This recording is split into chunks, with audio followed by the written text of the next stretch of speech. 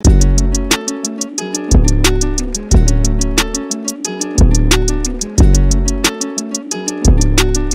à tous, c'est Shikiki, j'espère que vous allez bien la famille. Aujourd'hui on est parti pour 6 animés d'action où le héros surprend tout le monde avec son pouvoir. Allez c'est parti sans plus attendre, commençons.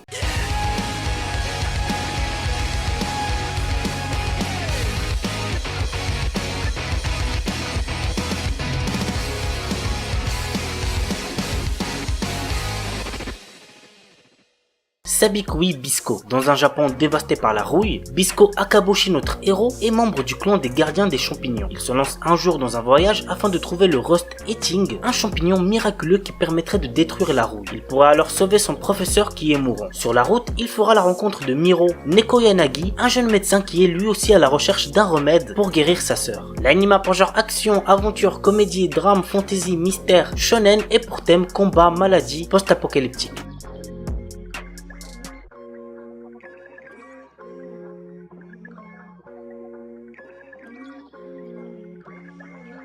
Dororo. L'histoire nous entraîne aux côtés de Dororo, un enfant voyou qui rencontre le chemin de Hyakimaru et le suit à travers le Japon féodal dans sa quête pour exterminer les 48 démons à l'origine de son corps mutilé. Ainsi, Hyakimaru a développé des sens surnaturels, puisqu'il est sourd, aveugle, handicapé, qui lui permettent de se défendre face aux démons. À chaque fois qu'il tue l'un des 48 démons, Hyakimaru récupère une des 48 parties manquantes de son corps. L'anime a pour genre action, aventure, fantastique, historique, surnaturel et pour thème démons, handicap, histoire, samouraï, vengeance.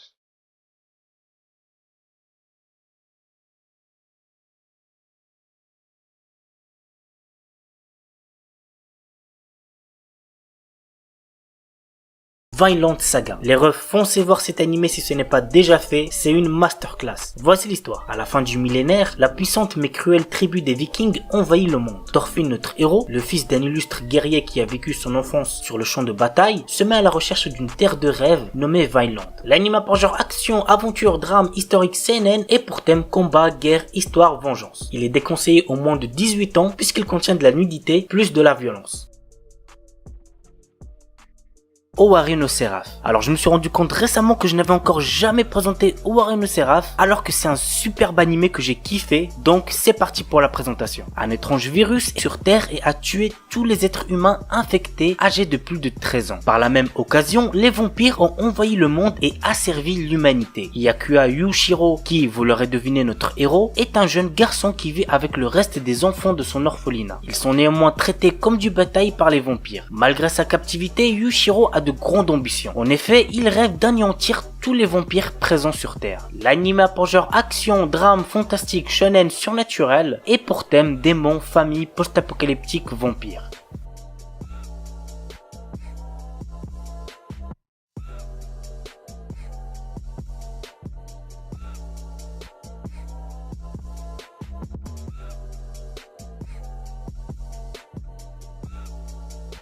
Bungo Stray Dogs. Nous suivons le quotidien de Nakajima Atsushi, un adolescent qui se retrouve à travailler au sein d'une agence de détectives dont les membres possèdent tous des pouvoirs surnaturels. L'agence s'occupe des enquêtes trop dangereuses pour la police et l'armée. Dès lors, Nakajima fait équipe avec Dazai Osamu et Konikida Doppo pour résoudre des crimes et combattre différentes organisations. L'anime a pour genre mystère, seinen, surnaturel et pour thème détective super pouvoir.